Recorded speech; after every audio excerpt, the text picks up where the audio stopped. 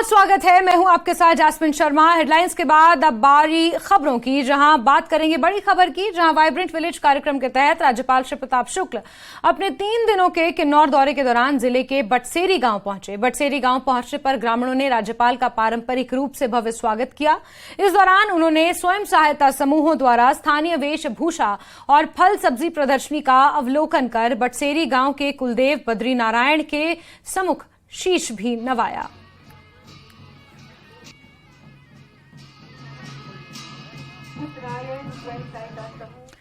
वहीं उत्तरी कमान के सेना commander lieutenant general Upendra Dwivedi ने बुनियादी विकास परियोजनाओं की समीक्षा करने के लिए लद्दाख में श्योक घाटी का दौरा किया, जो भारतीय सेना की परिचालन और रसद क्षमताओं को बढ़ाएगी। उन्हें बीआरओ के अधिकारियों ने चल रही हिमांक और विजयक परियोजनाओं के बारे में जानकारी दी। सेना कमांडर ने सैनिकों को उनके अथक प्रयासों के लिए सम्मानित किया और दुर्गम इलाके में उनकी प्रतिबद्धता के लिए उनकी सराहना भी की। तो तस्वीरें सामने आई हैं, जहां उत्तरी कमान के सेना commander lieutenant general Upendra Dwivedi ने बुनियादी विकास परियोजनाओं की समीक्षा की। यहां पर जवानों के साथ उन्होंने मुलाकात की और मोरूप स्टेंजन हमारे सहयोगी ज्यादा जानकारियों के साथ फोन लाइन पर जुड़ गए हैं। मोरूप, आज कमांडर लेफ्टिनेंट जनरल चलिए मोरूप से संपर्क करने की कोशिशें लगातार जारी हैं। आपको बता दें, उत्तरी कमान के सेना commander lieutenant general Upendra Dwivedi आज लद्दाख के दौरे पर पहुंचे। बुनियादी विकास परियोजनाओं की उन्होंने यहां पर समीक्षा की। हाल ही में आपको बता दें कि बुनियादी विकास परियोजनाओं का शिलान्यास, उनकी आधारशिला केंद्रीय रक्षा मंत्री राजनाथ सिंह ने वीडियो कॉन्फ्रेंसिंग के जरिए रखी थी। लगभग 90 से ज्यादा ये बुनियादी विकास परियोजनाएं थी जिनका शुभारंभ हाल ही में किया गया था और लद्दाख में भी कुछ बुनियादी विकास परियोजनाओं का शुभारंभ किया गया था। उन्हीं की समीक्षा करने के लिए उत्तरी कमान के सेना commander lieutenant general Upendra Dwivedi पहुंचे हुए थे, जहां उन्होंने जवानों से मुलाकात की और भारतीय सेना की परिचालन और रसद क्षमताओं को बढ़ाने वाली ये जो तमाम योजनाएं हैं, इनकी उन्होंने समीक्षा की है। बीआरओ के अधिकारियों ने जो हिमांक और विजयक परियोजनाएं चल रही हैं, उनके बारे में लेफ्टिनेंट जनरल उपेंद्र द्विवेदी को जानकारी साझा की। साथ ही सेना कमांडर ने सैनिकों को उनके अथक प्रयासों के लिए सम्मानित भी किया। चलिए आगे बढ़ते हैं। संयुक्त राष्ट्र में अफगानिस्तान के राजदूत ने पाकिस्तान के दोहरे चरित्र को उजागर किया है। उन्होंने अफगानिस्तान में आतंकवाद को पाकिस्तान के समर्थन और अफगानिस्तान में पाकिस्तान के हस्तक्षेप का पर्दाफाश किया।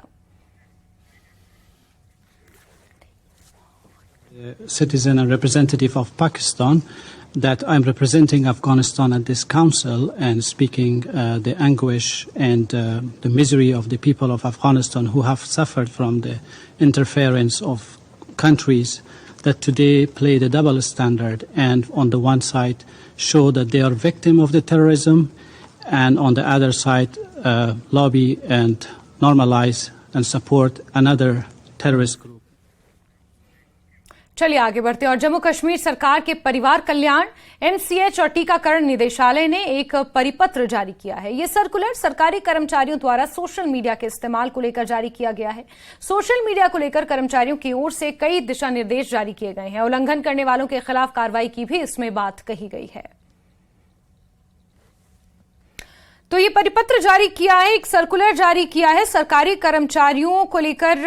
ये परिपत्र जारी किया गया है जिसमें सरकारी योजनाओं के बारे में सोशल मीडिया पर कोई दुष्प्रचार ना करने और कोई जानकारी अनौपचारिक तौर पर साझा ना करने को लेकर इसमें दिशा निर्देश दिए गए हैं। यह सर्कुलर है जिसका पालन सभी सरकारी कर्मचारियों को करना होगा। यदि इसका पालन नहीं किया जाता है तो फिर इसके मद्देनजर सजा का भी प्रावधान है। और आज विश्व पर्यटन दिवस है। आपदा से हुई तबाही के बाद अब धीरे धीरे हिमाचल में पर्यटन जोर पकड़ने लगा है। बारिश से प्रभावित अधिकांश नेशनल हाईवेज को यातायात के लिए बहाल कर दिया गया है। इसी बीच पर्यटन विकास निगम के अध्यक्ष आरएस बाली ने कहा कि प्रदेश में पर्यटन को बढ़ावा देने के लिए हर जिले में पर्यटन उत्सव होंगे। जिला पर्यटन विकास अधिकारियों को इसके लिए थीम को तैयार करने को भी कहा गया है। जहां मनाली में एडवेंचर स्पोर्ट्स एक्टिविटीज को शुरू करने के लिए तैयारी चल रही है, वहीं शिमला में 12 से 15 अक्टूबर तक जुनगा में शिमला फ्लाइंग फेस्टिवल होगा, जिसके लिए हाल ही में शिमला के रिज मैदान पर प्रैक्टिस भी की गई थी। वहीं विश्व पर्यटन दिवस के मौके पर जम्मू कश्मीर पर्यटन विभाग ने स्वच्छता ही सेवा के लिए एक सप्ताह तक चलने वाले अभियान का आयोजन किया, जो आज श्रीनगर के शंकराचार्य मंदिर में शुरू हुआ। इस वर्ष के अभियान का विषय पर्यटन और हरित निवेश है। इस स्वच्छता अभियान में उपस्थित श्रीनगर के पर्यटन विभाग के निदेशक राजा याकूब ने कहा कि हम पर्वत श्रृंखलाओं में स्वच्छता पर ध्यान केंद्रित करने और प्लास्टिक के एकल उपयोग पर प्रतिबंध लगाने के उद्देश्य से माननीय प्रधानमंत्री के दृष्टिकोण पर ध्यान केंद्रित कर रहे हैं।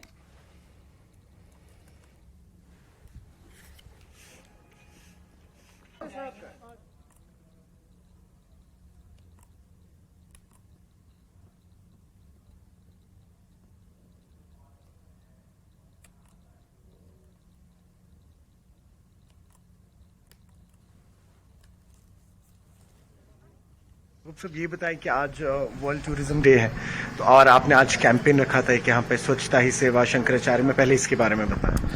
ये आज जैसे कि आप जानते हैं आज वर्ल्ड टूरिज्म डे सेलिब्रेट कर रहा है। इसमें डायरेक्टरेट ऑफ टूरिज्म कश्मीर और डायरेक्टर ऑफ टूरिज्म जम्मू, बल्कि पूरा जम्मू कश्मीर हम लोग ये सेलिब्रेट कर रहे हैं। इसमें हमने कल एक सेमिनार भी ऑर्गेनाइज किया है और जो इस बार का जो थीम है टूरिज्म एंड ग्रीन इन्वेस्टमेंट, उस पर हमने कल एक सेमिनार भी किया अपने डायरेक्टरेट में। उसमें हमने कुछ रिसोर्स पर्सन्स बुलाए थे जिन्होंने एक रियल लाइफ से रिलेटेड किया, एनवायरनमेंट को कैसे कंजर्व किया जाए, अपनी जो हिमालयन इकोलॉजी को इसको कैसे प्रिजर्व किया है। इसी में एक चीज है स्वच्छता ही सेवा, जैसे कि ऑनरेबल प्राइम मिनिस्टर का काफी फोकस है क्लीनेस ड्राइव पे, और 2 अक्टूबर जो कि आ रहा है नेक्स्ट, तो इस बार का जो हमें जो इंस्ट्रक्शंस थी कि इस बार हम क्लीनेस ड्राइव इंटेंसिफाई करें। और हमने सारे जितने भी हमारे डेस्टिनेशंस हैं कश्मीर में, be it Gulmarg, be it Doodhpathri, Pahalgam, Dal lake, जितनी भी है हमने इस पे फोकस किया है कि आज हर जगह हम लोग एक क्लीनेस ड्राइव किया है। शंकराचार्य इसलिए हमने चुना क्योंकि ये हमारी श्रीनगर सिटी में है और इसकी एक एंशिएंट हिस्ट्री है। हमारे यहाँ पे बाबा है, भोलेनाथ है, इनकी वजह से हमने देखा कि यहाँ काफी टूरिस्ट आते हैं, काफी लोग आते हैं। और आज धर्मशाला में ICC men's world cup trophy पहुंच गई है। गगल चौक पर ट्रॉफी का जोरदार स्वागत हुआ। शाम 5 बजे आमो खास के दर्शन और दीदार के लिए ये ट्रॉफी रखी जाएगी। एचपीसीए क्रिकेट स्टेडियम में इस ट्रॉफी को आज रखा जाएगा। लोगों को शाम 4 बजे के बाद फ्री में एंट्री दी जाएगी। गेट नंबर 2 से ये एंट्री फ्री में होगी, जहां एचपीसीए स्टेडियम में आज ICC men's world cup trophy का दीदार आम जनता भी कर सकती है।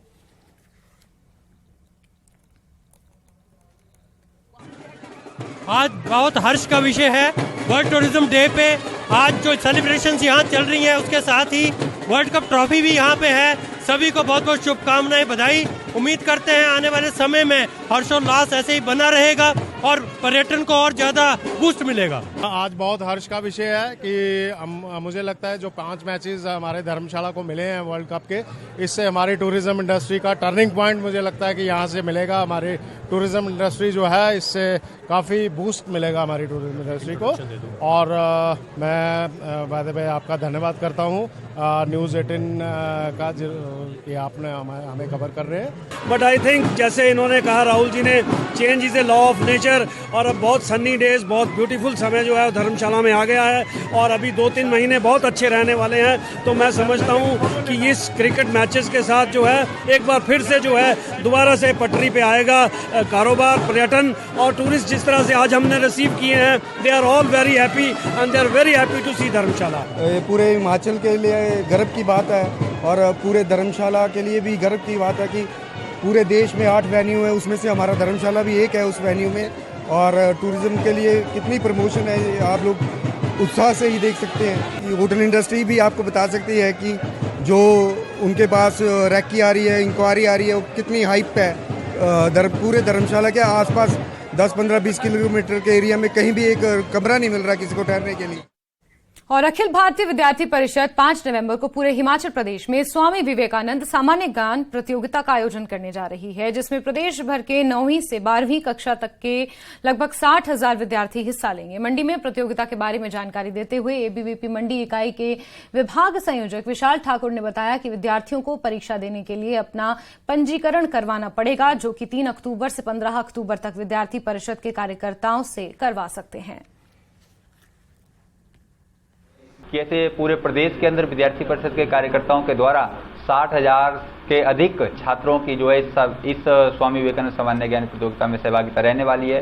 इस प्रतियोगिता के अंदर स्कूली छात्र छात्राएं क्लास से लेके +2 तक जितने भी छात्र छात्राएं वो इसमें जो है अपनी जो है सहभागिता जो है दर्ज कर सकते हैं।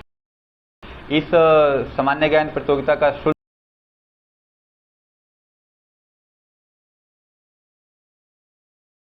लैंग्वेज में रहेगा और इस एग्जाम के अंदर ऐसे 100 नंबर का एग्जाम रहेगा और इसमें जो है किसी भी प्रकार 3 अक्टूबर से लेके 15 अक्टूबर तक इसका जो है पंजीकरण तिथि जो है इसकी तय हुई है।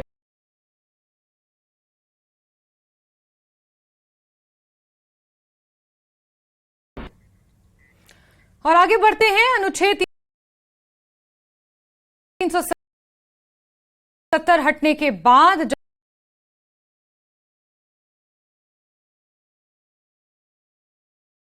होती दर्ज की गई है। 2019 में जहां ई सेवाओं की संख्या सिर्फ 15 थी,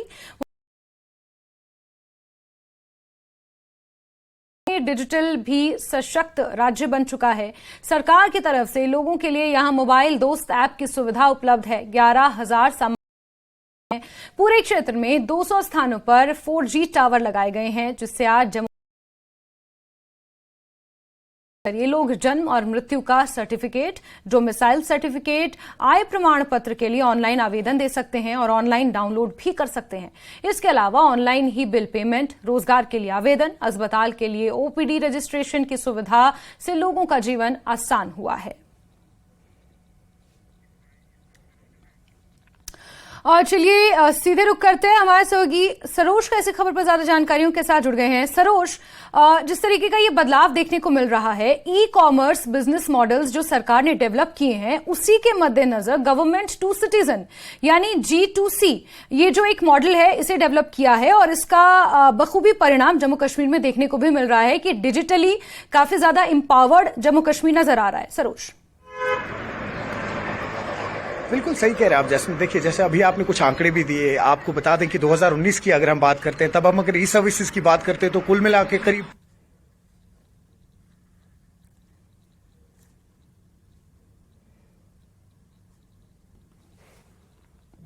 इस वक्त यहाँ पे एक्टिवली काम कर रही हैं। आपको बता दें कि एक ऐप है जिसके बारे में अभी आप कह भी रहे थे, मोबाइल दोस्त है। उस ऐप में आप जितने भी गवर्नमेंट के इदारे हैं, उन सब गवर्नमेंट के इदारों का पूरा डेटा रहता है वहां पे। और अगर आपको किसी भी गवर्नमेंट सर्विसेज से टच करना हो, उनकी देखिए ई टेंडरिंग आजकल काफी ज्यादा होती है और उसकी खास वजह यह है कि ट्रांसपेरेंसी को लेके जो डिजिटाइजेशन है ये कैसे हेल्प कर रही है, स्पेशली जम्मू एंड कश्मीर में। देखिए, आपको बताएं कि ईज ऑफ डूइंग बिजनेस एक ऐसा इनिशिएटिव है जो अभी इंडस्ट्रीज डिपार्टमेंट ने भी लिया था और वो भी इसी ई सर्विसेज जो कैंपेन है, आप कह लीजिए एक इनिशिएटिव है, इसके अंदर आता है, ताकि कहीं ना कहीं आपने देखा होगा अक्सर जो इतनी सारी धांधलियां होती थी, अगर आपको कहीं फाइल आगे पहुंचानी है तो जो आपको एक हायरार्की के थ्रू जाना है, आपको पैसा खिलाना है, तो वो कहीं ना कहीं इससे क्लीन हो जाएगा। और अगर हम आपको बात करें, जैसे अभी हम आपसे कह रहे थे कि इंडस्ट्रीज डिपार्टमेंट की बात करें जिन्होंने ई सर्विसेज के तहत ईज ऑफ डूइंग बिजनेस का इनिशिएटिव लिया है, तो उसमें भी जो यहाँ पे छोटे MSMEs भी हैं, आप बात कर लीजिए उनकी, या जो यहाँ के लोकल इंडस्ट्री सेटअप्स है या जो बाहर से इस वक्त यहाँ पे सेटअप्स लगाना चाहते हैं, तो वो भी काफी खुश है। और उसकी खास वजह यही है, जो ये ई सर्विस है, इससे जो ट्रांसपेरेंसी क्रिएट हो रही है इस वक्त, एक इकोलॉजिकल सिस्टम जो ट्रांसपेरेंसी का क्रिएट हो रहा है, वो बहुत एडवांटेज रहेगी। जो यहाँ के आम लोग हैं उनको फायदा मिलेगा इससे। जी, और जैसा कि अभी आप कह रहे थे कि जो मोबाइल दोस्त है, मोबाइल दोस्त भी एक इनिशिएटिव है जो पिछले महीने जो अगस्त में है वो स्टार्ट हुआ था यहाँ पे। और जो ये ऐप है, ये कोई भी इंडस्ट्री से जुड़े हुए लोग हैं, जैसे हमने आपसे कहा स्मॉल इंडस्ट्री है, मीडियम इंडस्ट्रीज है, अगर उनको किसी भी तरीके की डिटेल लेनी हो और किसी भी इंडस्ट्री के बारे में, क्योंकि आप जानते ही हैं कि एक बहुत वास्ट इंडस्ट्री है यहाँ पे, हम सिर्फ IT इंडस्ट्री की बात नहीं करते हैं, यहाँ पे टूरिज्म से जुड़ी हुई भी ऐसी कई सारी इंडस्ट्रीज हैं जो कोशिश कर रहे हैं कि इस वक्त डिजिटलाइजेशन पे ही ज्यादा फोकस हो, ताकि जो हम वही बात आपसे कह रहे थे, कहीं ना कहीं जो धांधलियां हो रही है वो कहीं ना कहीं पे कम हो। और जो इस वक्त दिख भी रही है, जो ट्रांसपेरेंसी आ रही है, ईज ऑफ डूइंग बिजनेस हो रहा है कम्युनिकेशंस में, फाइल्स में, तो ये बहुत ही आप कह सकते हैं कि खुशाइन स्टेप है, स्पेशली कश्मीर के लिए, जम्मू कश्मीर के लिए। जी। जी सरोज, ये तो MSMEs हो गए या फिर कुछ टूरिज्म इंडस्ट्री हो गए या फिर ई टेंडरिंग की आपने जिक्र किया, ये वो तमाम सुविधाएं हैं जिनका लाभ लोग इन जो एप्स हैं या फिर हम कहें कि जितनी भी ई कॉमर्स को लेकर जितनी भी जुड़ी हुई वेबसाइट्स हैं उसके जरिए इसका लाभ ले सकते हैं। लेकिन सरोज, जो आम लोग हैं, जैसे अगर बर्थ सर्टिफिकेट डाउनलोड करना है या डेथ सर्टिफिकेट अप्लाई करना है या फिर डोमिसाइल अप्लाई करना है, ओपीडीज की जो सुविधा है, ऑनलाइन ओपीडीज की बुकिंग हो सकती है, इस तरीके की जो तमाम बुनियादी सुविधाएं हैं उसका लाभ भी इन तमाम ऐप्स के जरिए यहां पर जनता इसका लाभ उठा सकती है। इसके कोई आंकड़े या इसके ऊपर कोई जानकारी अगर मिल पाई हो कि आम जनता तक, एक घर घर तक ये ई कॉमर्स जो मॉडल्स हैं किस तरीके से पहुंच रहे हैं? बिल्कुल सही कह रहे हैं आप। देखिए, और न सिर्फ हम, आप जैसे आप अभी बात कर रहे थे कि बर्थ सर्टिफिकेट से, डेथ सर्टिफिकेट से, उसके बगैर भी आप देखिए इस वक्त कोर्ट की कई सारी ऐसी चीजें होती हैं जो इस वक्त आहिस्ता आहिस्ता ये लोग ई सर्विसेज में तब्दील कर रहे हैं। आपके जो चालान होते थे गाड़ियों के, वो भी आप देख रहे हैं आप, तो वो भी कहीं ना कहीं ई सर्विस के ब्रैकेट अम्ब्रेला में ही आ जाती है। और उसके मजीद जो सबसे बड़ा इशू था यहाँ पे जैस्मिन, अपने नाजरीनों को भी कहेंगे, जो यहाँ पे जमीन का इशू होता था, हम आपको कहें कि लैंड ट्रांसफर, शॉप ट्रांसफर या रेंट डीड अग्रीमेंट जो बनती थी, तो उनमें भी कहीं ना कहीं जो ये ब्रोकरेज का सिस्टम होता था, ये धांधलियां होती थी, तो उनमें भी कहीं ना कहीं ट्रांसपेरेंसी के लिए उनको भी ई सर्विस के अम्ब्रेला के अंडर कर लिया गया है कि कल को अगर आपको एक छोटा सा जमीन का टुकड़ा ट्रांसफर करना होता था तो आपको तहसीलदार है, आपकी पटवारी है, उन सबके चक्कर लगाने पड़ते थे, वहां पे भी आपको लोगों को घूस खिलानी पड़ती थी। तो कहीं ना कहीं वो चीजें खत्म होकर ई सर्विस के अंडर वो भी आएंगी। और जैसा बाकी आपने कहा, बर्थ सर्टिफिकेट है, जाहिर सी बात है, डेथ सर्टिफिकेट है, इनफैक्ट मैरिज सर्टिफिकेट्स आ गई, आपकी गाड़ी से रिलेटेड कोई इशू है, तो जो बहुत बेसिक इश्यूज है। देखिए, मैं आपको बोलूं कि यहाँ पे इलेक्ट्रिसिटी की अगर हम बिल भरते थे कुछ साल पहले की बात करें तो लाइनें लग जाती थी यहाँ पे, और आज वही जो यहाँ पे लोकल इलेक्ट्रिसिटी प्रोवाइड कर रहे हैं उन्होंने भी ई सर्विसेज के अंदर एक ऐसी ऐप बनाई है जहां पे आपको सुविधा मिल सकती है। पानी का बिल भरने के लिए भी आपके पास आज ई सर्विस है जहां पे आपको सुविधा मिल सकती है। और कई सारे लोग हैं जो इस वक्त फायदा उठा रहे हैं। जैसा अभी आपने कहा जैस्मिन, की कोई एक आंकड़ा पर्टिकुलर नहीं दे सकते, क्योंकि अगर जब हम आज खुद कॉमन सेंस के हिसाब से अगर हम बात करें तो कहीं ना कहीं हर जनरेशन के लोग जो है इस वक्त वो ई सर्विस अडॉप्ट कर रहे हैं, क्योंकि वही एक वायबल ऑप्शन भी है और एक ट्रांसपेरेंट ऑप्शन भी है। जी जैसे बिल्कुल सरोज, और जिस तरीके से जम्मू कश्मीर में ये बदलाव देखने को मिला है और आम जनता जिस तरीके से डिजिटली एम्पावर्ड हुई है, वो कहीं ना कहीं एक सुखद समाचार है। बहुत शुक्रिया सरोज हमसे जुड़ने के लिए और तमाम जानकारियां दर्शकों तक पहुंचाने के लिए।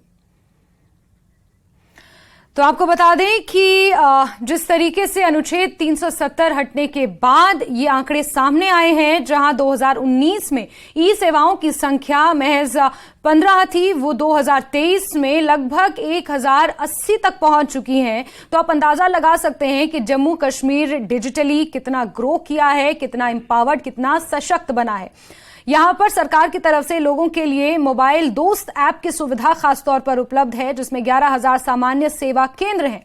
पूरे क्षेत्र में 200 स्थानों पर 4G टावर्स आज स्थापित किए गए हैं, जिससे आज जम्मू कश्मीर इस मुकाम पर पहुंचा है। और आपको बता दें कि इस सेवा का लाभ यहां पर आम जनता उठा रही है, जिसके जरिए जन्म और मृत्यु सर्टिफिकेट हो गए, डोमिसाइल, आय के प्रमाण पत्र हो गए, यहां तक कि अपने बिलों को जमा करना भी लोग ई सेवा के जरिए आसान समझ रहे हैं। इसके अलावा ऑनलाइन बिल लोग भर रहे हैं। रोजगार के लिए आवेदन ई एम्प्लॉयमेंट पोर्टल्स आज क्रिएट किए गए हैं। अस्पताल के लिए ओपीडी रजिस्ट्रेशन की सुविधाएं यहां पर आजकल शुरू की गई हैं, जिससे जीवन लोगों का थोड़ा आसान होता हुआ नजर आ रहा है। और ग्राफिक्स के जरिए भी लगातार हम आपको बताने की कोशिश कर रहे हैं कि ऑनलाइन किस तरीके से कौन कौन से वे पोर्टल्स हैं जिसकी सुविधा आम जनता ले सकती है। खास तौर पर मोबाइल दोस्त ऐप यहां पर लॉन्च किया गया है, जिसमें कई तरीके की सुविधाएं आम जनता के लिए उपलब्ध हैं। 11,000 सामान्य सेवा केंद्र हैं जो आम जनता के लिए आज उपलब्ध कराए गए हैं।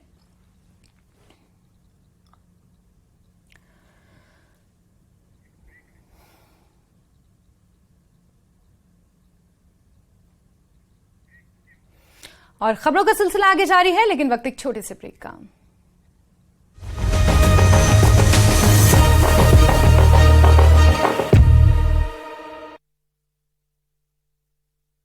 फ्लिपकार्ट पेश लैपटॉप प्रदान कर छात्रा का हौसला बढ़ाया।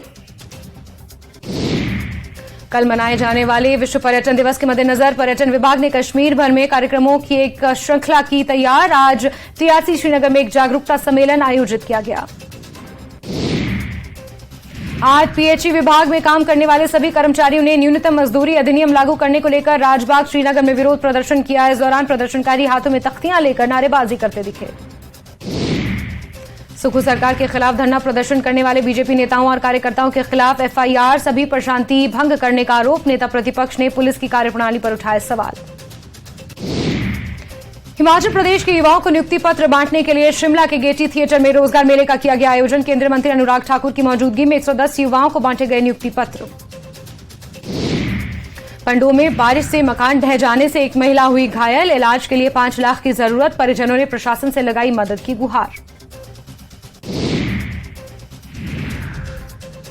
आपदा का दंश, किराए के कमरे में रह रहा परिवार इलाज के लिए लाहौल घाटी में सब्सिडी खत्म होने से दोगुनी हुई 12 लड़कियों की कीमत। जिला एनजीओ प्रधान ने प्रदेश सरकार से सब्सिडी जारी रखने की लगाई गुहार। मंडी में बारिश और भूस्खलन के कारण हाईवे बंद हो रही आवाजाही के बाद एनएचएआई ने शुरू किया टनल बनाने के प्रपोजल का कार्य। अब टनलों से होकर गुजरेगा मंडी से पंडोह तक।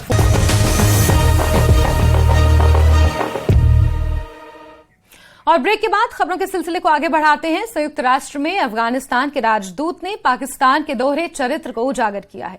उन्होंने अफगानिस्तान में आतंकवाद को पाकिस्तान के समर्थन और अफगानिस्तान में पाकिस्तान के हस्तक्षेप का पर्दाफाश किया।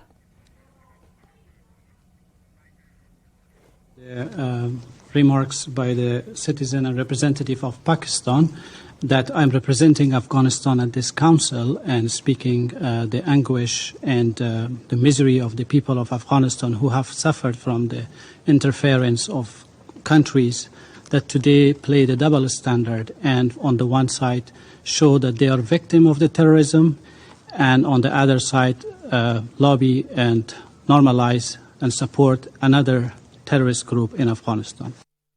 और जम्मू कश्मीर सरकार के परिवार कल्याण, एमसीएच और टीकाकरण निदेशालय ने एक परिपत्र जारी किया है। यह सर्कुलर सरकारी कर्मचारियों द्वारा सोशल मीडिया के इस्तेमाल को लेकर जारी किया गया है। सोशल मीडिया को लेकर कर्मचारियों की ओर से कई दिशा निर्देश जारी किए गए हैं। उल्लंघन करने वालों के खिलाफ कार्रवाई भी की जा सकती है।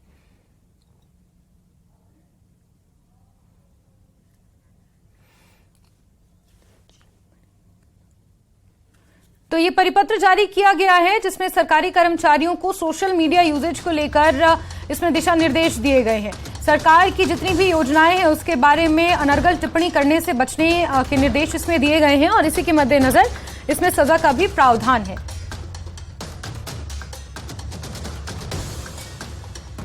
तो सोशल मीडिया के इस्तेमाल को लेकर यहां पर दिशा निर्देश जारी किए गए हैं और उल्लंघन करने पर कार्रवाई की बात भी इसमें कही गई है।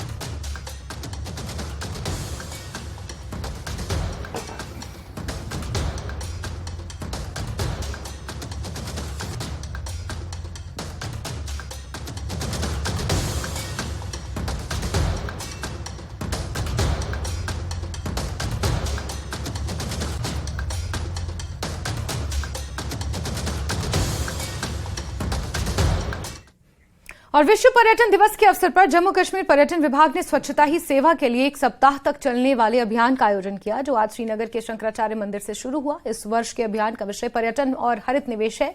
इस स्वच्छता अभियान में उपस्थित श्रीनगर के पर्यटन विभाग के निदेशक राजा याकूब ने कहा कि हम पर्वत श्रृंखलाओं में स्वच्छता पर ध्यान केंद्रित करने और प्लास्टिक के एकल उपयोग पर प्रतिबंध लगाने के उद्देश्य से माननीय प्रधानमंत्री के दृष्टिकोण पर ध्यान केंद्रित कर रहे हैं।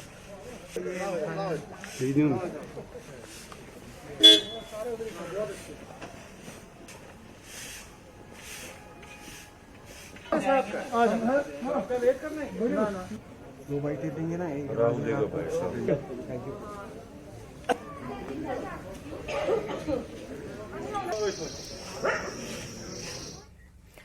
धारा 370 हटने के बाद जहां जम्मू कश्मीर के लोगों का जीवन बदला है, वहीं ई सेवाओं में 30 गुना बढ़ोतरी दर्ज की गई है। 2019 में जहां ई सेवाओं की संख्या सिर्फ 15 थी, वो 2023 में 1080 तक पहुंच चुकी है, जिससे जम्मू कश्मीर डिजिटली भी सशक्त राज्य बन चुका है। सरकार की तरफ से लोगों के लिए यहां मोबाइल दोस्त ऐप की सुविधा उपलब्ध है। 11,000 सामान्य सेवा केंद्र हैं। पूरे क्षेत्र में 200 स्थानों पर 4G टावर लगाए गए हैं, जिससे आज जम्मू कश्मीर इस मुकाम पर पहुंचा है। ई सेवा के जरिए लोग जन्म और मृत्यु का सर्टिफिकेट, डोमिसाइल और आय प्रमाण पत्र के लिए ऑनलाइन आवेदन दे सकते हैं, ऑनलाइन डाउनलोड भी कर सकते हैं। इसके अलावा ऑनलाइन ही बिल पेमेंट पेमेंट, रोजगार के लिए आवेदन, अस्पताल के लिए ओपीडी, रजिस्ट्रेशन की सुविधा से लोगों का जीवन आसान हुआ है।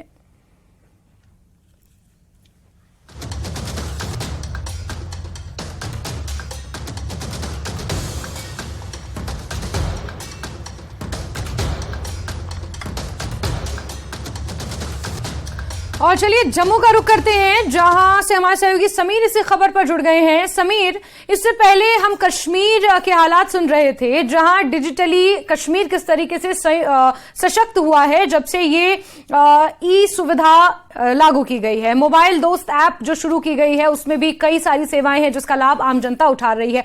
जम्मू का क्या हाल है? जम्मू में कितनी सशक्त जनता इससे हुई है? क्योंकि आज से पहले की अगर बात करें, अनुच्छेद 370 जब नहीं हटा था उससे पहले बात करें तो हालात बिल्कुल अलग थे, और आज ये आंकड़ा हजारों में पहुंच चुका है जब इस तरीके की एप्स डाउनलोड की गई हैं और आम जनता इसका लाभ उठा रही है। समीर जी बिल्कुल जैस्मिन, आपने सही कहा। और मैं आपको बता दूं, अगर जम्मू की बात करें, क्योंकि कश्मीर का सरोज कह ही रहे थे, लेकिन जम्मू की अगर हम बात करें तो यहाँ पे पहले से ही नेटवर्क का जो मोबाइल नेटवर्किंग का जो सिस्टम है वो पहले से बेहतर है। और कश्मीर के मुकाबले में, क्योंकि कश्मीर में हमने देखा था कई जगहों पे हड़तालें पहले होती थी और पहले कई दिक्कतें होती थी, इंटरनेट बंद होता था, लेकिन जम्मू में ऐसी कोई बात नहीं। और जम्मू में सिर्फ बॉर्डर एरियाज में कहीं कहीं पे नेटवर्किंग की इश्यूज हैं। लेकिन अगर हम टोटल बात करें इस मोबाइल दोस्त की, ये जो ऐप डाउनलोड ये शुरू किया गया और आज ई सर्विसेज का जो एक कॉन्सेप्ट जम्मू कश्मीर में पनपा है, इससे सरोज भी जिस तरह से कह रहे थे कि अकाउंटेबिलिटी बहुत बढ़ गई है, काम बहुत तेजी से हो रहे हैं। और जो आपको अगर कोई भी सर्टिफिकेट लेनी है, चाहे बर्थ सर्टिफिकेट हो, डेथ सर्टिफिकेट हो, या जमीन के कोई कागज लेने हो, या आपको कोई पर्सनल कोई और चीजें लेनी, डॉक्यूमेंट्स लेनी है, तो आपको सिर्फ सर्विसेज के जरिए आपको सारा जो है मोबाइल के जरिए आपको सारी चीजें आपको डाउनलोड करना है ऐप, और उससे आप सारी चीजें फैसिलिटीज आप ले सकते हैं। तो डिजिटलाइजेशन का जो कॉन्सेप्ट है जम्मू कश्मीर में वो बहुत ज्यादा पनपा है। और तकरीबन अब क्योंकि यहाँ पे जिस तरह मैंने कहा कि सिक्योरिटी के कुछ इश्यूज रहते हैं, जिससे नेटवर्किंग कहीं कहीं पे नेटवर्किंग का इशू रहता है, तो इसलिए 200 लोकेशन जम्मू कश्मीर सरकार ने आइडेंटिफाई की है जहां पे जो नेटवर्किंग अपग्रेडेशन की जा रही है, और उसके माध्यम से जो लोगों को ई सर्विसेज का लाभ दिया जा रहा है। तो जम्मू कश्मीर सरकार ने जो अनथक मेहनत की है इस पे, उसी का जो रिजल्ट है वो अब निकल के सामने आया है कि आपको अब दफ्तरों के चक्कर नहीं लगाने पड़ेंगे, आपको कोई पैसा किसी को नहीं देना पड़ेगा, आपको अपनी एनर्जी वेस्ट नहीं करनी पड़ेगी। अगर आप घर में बैठ के ही आपको सारी फैसिलिटीज अब मिल जाएंगी। और हमने देखा, चाहे आधार कार्ड हो, चाहे आपको डोमिसाइल सर्टिफिकेट्स हो, birth certificate, death certificate, addition, deletion, जितनी भी प्रोसेस आपको है, आपको बच्चों का कोई डॉक्यूमेंट लेना है, सारी चीजें अब आपको मोबाइल के जरिए ऐप दोस्त जो है उसके जरिए मिल सकती हैं। तो ये एक बड़ी क्रांति आई है, एक चेंज आई है, एक पॉजिटिव चेंज आई है जम्मू कश्मीर में कि इंटरनेट और नेटवर्किंग का जो सिस्टम है वो पनपा है। और ई मोड से ही अब सारी चीजें, क्योंकि जम्मू कश्मीर सरकार जो एलजी एडमिनिस्ट्रेशन है उसने फैसला किया कि जितना भी अब जो काम है, जो पहले कागजों फाइलों में सीमित रहता था और फाइलें इधर से एक टेबल से दूसरे टेबल से तीसरे टेबल पर चली जाती थी, अब वो खत्म हो रहा है। सारा ई गवर्नेंस हो रही है यहाँ जम्मू कश्मीर में। ई गवर्नेंस का जो कॉन्सेप्ट है वो जम्मू कश्मीर में बहुत तेजी से पनपा है। और अगर हम पिछले 2 साल की बात करें, उस पर बहुत ज्यादा काम भी हुआ है। हमने यहाँ जम्मू में देखा कि बहुत सारे सेमिनार इस पर हुए,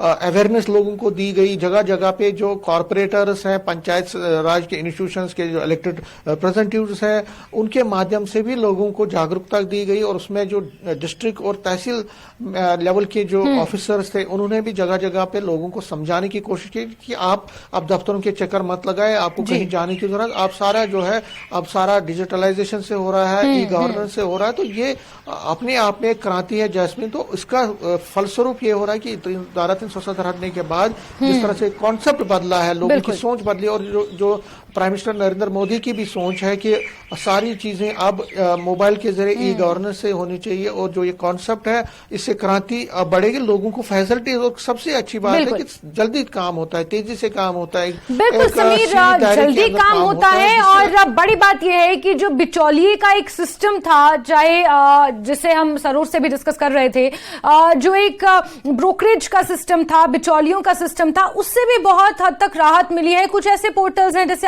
आरोग्य सेतु है, उसमें भी बहुत सारी जानकारियां हैं। फिर डिजी लॉकर है, वो एक सेफ जोन ऐसी है जहां पर अपने सारे सर्टिफिकेट्स आप डिजिटली रख सकते हैं। फिर ई चालान की सेवा है, या फिर जितनी भी सरकारी योजनाएं हैं उनकी तमाम जानकारियां आज हाथ में उपलब्ध है, मोबाइल में उपलब्ध है।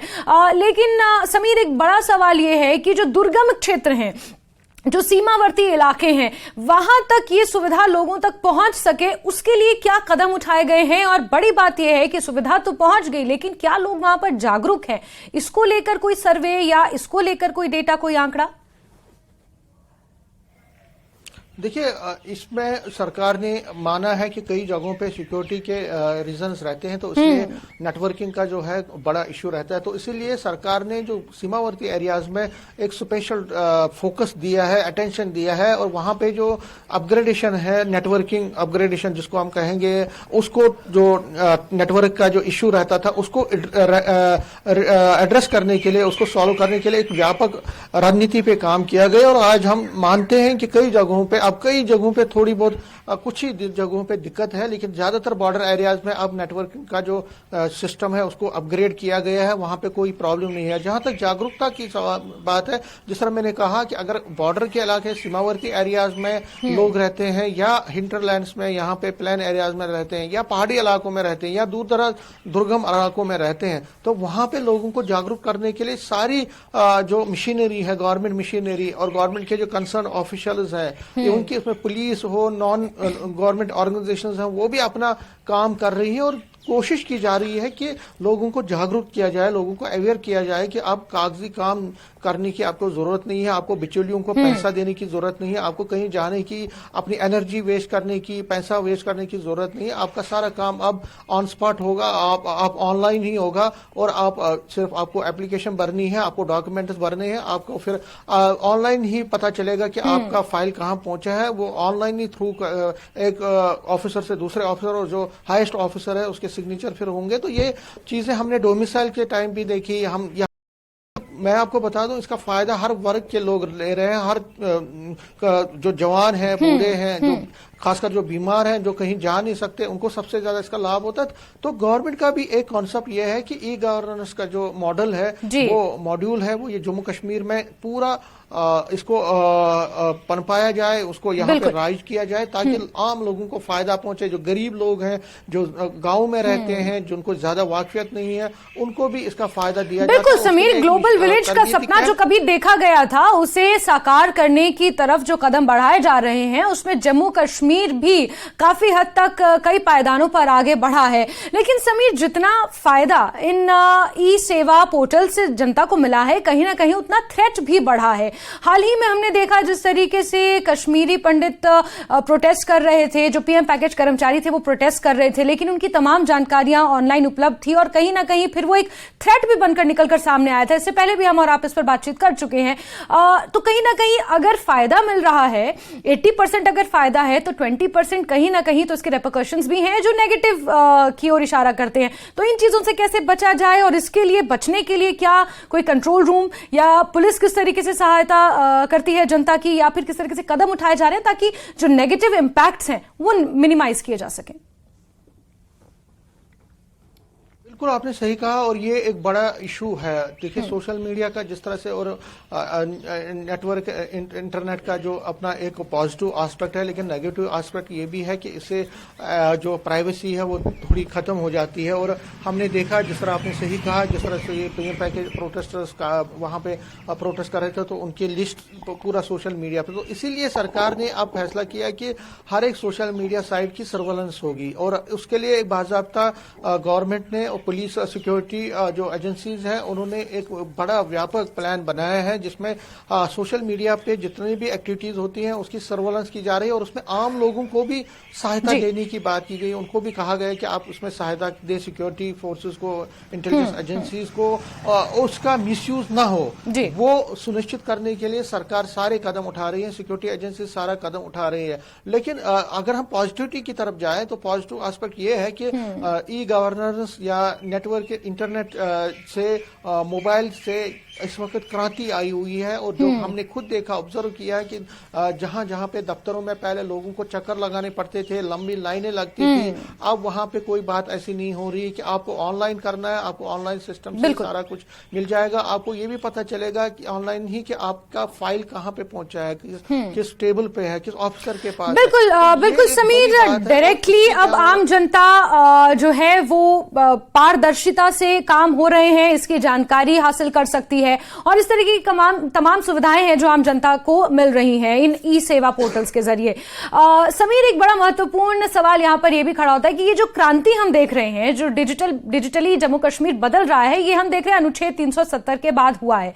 इससे पहले तक वो भी खबरें आती थी जब महीनों तक जम्मू कश्मीर में इंटरनेट पर प्रतिबंध लगा होता था और वहां पर मोबाइल फोन्स काम नहीं करते थे। और आज जब ये बदलती हुई तस्वीर जम्मू कश्मीर की यहां पर लोगों के बीच नजर आ रही है, आप ग्राउंड जीरो पर रहते हैं, आम जनता के बीच रहते हैं, उनका क्या मानना है इसको लेकर और उनकी क्या विचारधारा इसको लेकर बदल रही है? और क्या वाकई आज की डेट में हर आम नागरिक इन तमाम फैसिलिटीज का लाभ ले रहा है? जो पढ़े लिखे हैं वो तो ले ही रहे हैं, लेकिन जो दुर्गम और जो गांव के लोग हैं, क्या वो भी इन सुविधाओं का लाभ ले पा रहे हैं बखूबी? देखिए, मैं आपको बता दूं, अगर सच्चाई की बात करें तो ये है कि अभी कुछ जगहों पे, कुछ पॉकेट्स में आम लोग जो हैं वो इस कनेक्टिविटी से पूरी तरह से, इस फैसिलिटी से पूरी तरह से जागरूक नहीं हुए हैं। इसीलिए सरकार ने क्या किया है, सरकार ने सरपंच हो, पंच हो, ऑपरेटर्स हो या बीडीसी मेंबर्स हैं, डीडीसी मेंबर्स हैं, उनकी सहायता ली है और कई कैंप्स हमने खुद देखे हैं जहां लगाए गए हैं, अवेयरनेस दी जा रही है लोगों को। कुछ हिस्सा है अभी जो इससे कटा हुआ, इस फैसिलिटी से कटा हुआ है, लेकिन उनको भी इस फैसिलिटी से अवगत करवाने के लिए, उनको जागरूक करवाने के लिए जितनी भी कार्रवाई है, जितना भी काम है वो सरकार की तरफ से किया जा रहा है। जितनी भी कोशिशें जो हम कहेंगे वो की जा रही है और कोशिश यही की जा रही है कि जो आम लोग हैं, जो यहाँ जम्मू कश्मीर में रहते हैं और जिनको कोई कठिनाइयों का सामना करना पड़ा है आतंकवाद की वजह से, बाकी चीजों की वजह से, उनको अब जागरूक किया जाए और जो नया मैकेनिज्म अडॉप्ट किया गया है, नया मैकेनिज्म बनाया गया है, नया सिस्टम अराइज किया गया है कि सारा ऑनलाइन मोड पे, सारा ई गवर्नेंस मोड पे लिया जाएगा पूरी गवर्नेंस को, उसका फायदा आम लोगों को निचले स्तर पर चला जाए। देखिए, बड़े जो पढ़े लिखे लोग हैं, अमीर लोग हैं या जो इस सिस्टम से वाकिफ है वो तो फायदा लेंगे, लेकिन जो लक्ष्य है, जो एडमिनिस्ट्रेशन का लक्ष्य है, एलजी एडमिनिस्ट्रेशन का, वो ये है कि जो गरीब लोग हैं, जो पसमानदा लोग हैं, जो गाँव में रहते हैं, पहाड़ी इलाकों में रहते हैं, सीमावर्ती इलाकों में रहते हैं, जिनकी कोई ज्यादा अप्रोच नहीं है, जिनको ज्यादा नॉलेज नहीं है, जो ज्यादा पढ़े लिखे नहीं, उन तक ये फैसिलिटी पहुंचे, वो एक बड़ा लक्ष्य है, वो एक बड़ा टारगेट है। और जिस तरह मुख्तलिफ स्कीमें यहाँ पे हैं, आयुष्मान की स्कीमें हैं, बेटी बचाओ बेटी, ये जो सारी स्कीमें हैं उनका भी लक्ष्य है कि सभी लोगों को इसके दायरे में लाए। तो ये जो ई गवर्नेंस है, ई सर्विसेज का जो मॉडल है, उसको भी लोगों तक पहुंचाने के लिए एक व्यापक रणनीति पे काम किया जा रहा है। उसमें सारी प्रशासन की जितनी मशीनरी है वो लगाई गई है और इसी वजह से हम देख रहे हैं कि जम्मू कश्मीर में अब डिजिटलाइजेशन का एक बहुत बड़ा एक मोमेंट चला है, एक दौर चला है, जिसका फायदा